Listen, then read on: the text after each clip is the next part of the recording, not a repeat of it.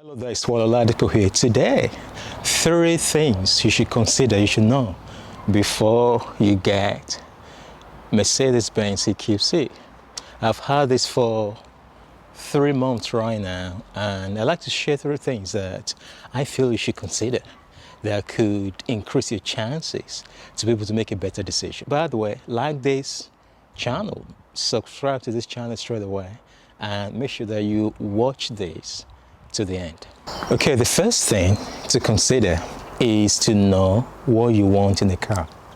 What is very important is that, what do I want in the car? Forget about whether it is an electric car or a combustion engine car. Now, there are a few things that many people who want to buy a car in this category with regards to comfort and the price range. There are a few things they'll be looking at. Number one is comfort. Number two is practicality. Number three is driving efficiency. And number four is possibly what we know as the driving pleasure, the driving experience rather. So that depends on what you want. Do you want comfort? Is that your priority? What is the priority? Because eventually you're going to live with this car for maybe 2, 3, 4, 5 years, depending on the nature of your purchase. So what do you actually want? Is it practicality, or is it driving efficiency, or is it what we know as the driving experience? Now, there are some competitors for this car that we know. We know that we have the Jaguar I-Pace, which rates very highly with regards to the driving experience. Then we have the Audi e-tron, which rates highly with regards to practicality, because the room is bigger than the EQC. It's a bigger car. So what do you want in terms of efficiency? Perhaps you want to be thinking about Tesla. Now, as far as I am concerned, when I made up my mind, I actually made up my mind based on comfort, because I travel a lot. I want to arrive not just to get to my destination. There's a difference. I want to arrive in the best condition possible. And because of that, I'm choosing comfort. So what Mercedes does is that it does almost everything adequately. It might not be winning at everything, but at least it does most things right. So in terms of efficiency, in terms of practicality, comfort, and even driving experience. So that is the first thing to think. Know what you want, so that when you eventually make that decision, you know that is the right decision. You are not guilty. You don't feel as if you've made the wrong decision. So think about that. Okay, the next thing to consider before you get your EQC is how you're going to charge it.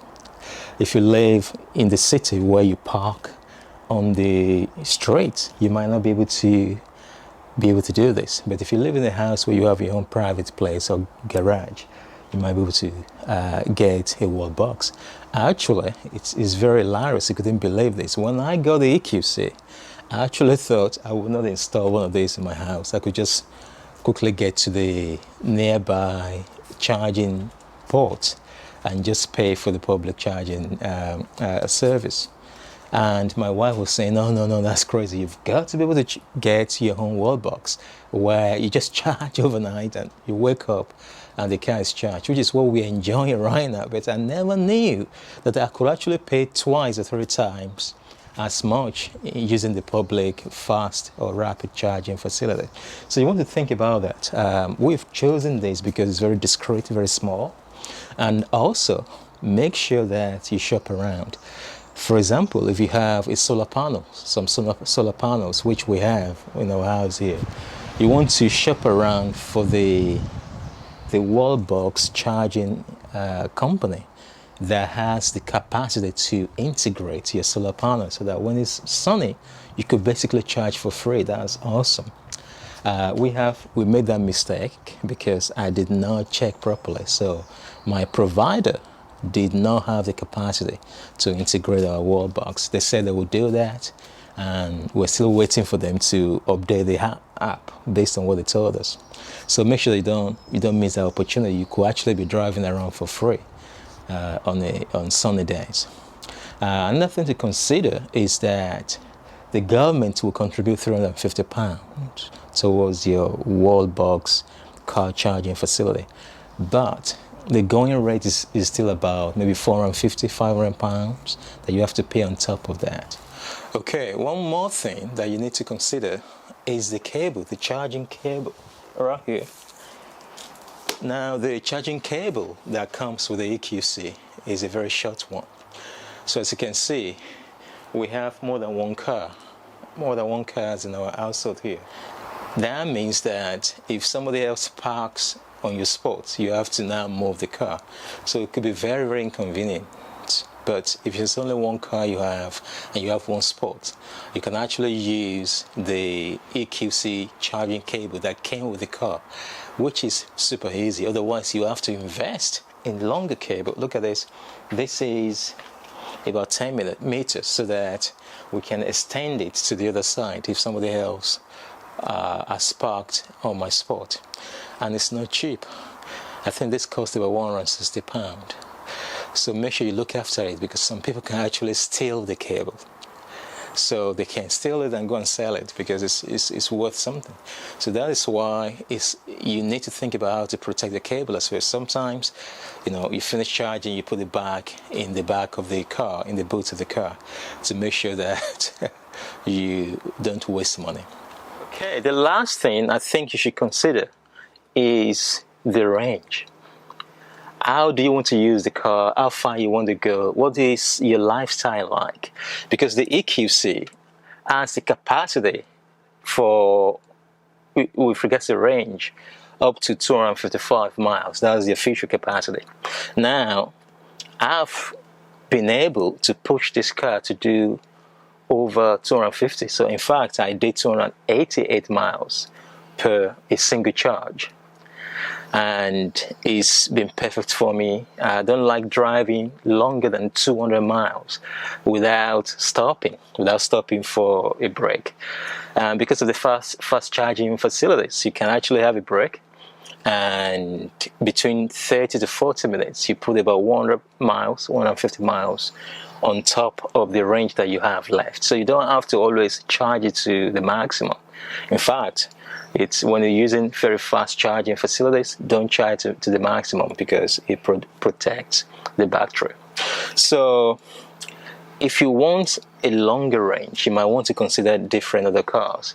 I know that there's some other cars out there that could get you further than 250 miles, such as another, the Jaguar I-Pace, one of the competitors of the Mercedes EQC, can do 290 or 295. But many people have told me that it chops through its range very quickly, so you might not get up to that at all.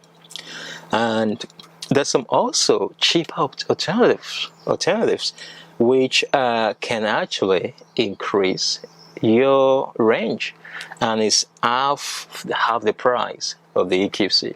Because I just recently test drove the Skoda Enyaq. I was impressed. It could actually deliver up to 300 miles per kilowatt hour per single charge, depending on the battery option that you choose, and it's about half the price of this car. So what are you looking for? Are you looking for comfort, practicality, efficiency, or are you looking for a bargain? If you're looking for a bargain, I'm sure there are other cars that are about half the price of the EQC, such as VW ID4. We have Skoda Enyaq. We have the Mustang one, the Ford alternative, and a whole bunch of other ones that could make some financial sense. But I know that the badge means a lot to many people. The Mercedes badge. If you are a Mercedes customer, you want to make sure that you stick with them because of the way it makes you feel. So what do you think about my 3 things to think about? If you have any question, do you have any other thing we should consider? Please just put the comment down below. I'm going to get back to you. I'm Wale Ladiko. Please subscribe before you go, and all the very best. Thank you. All the very best.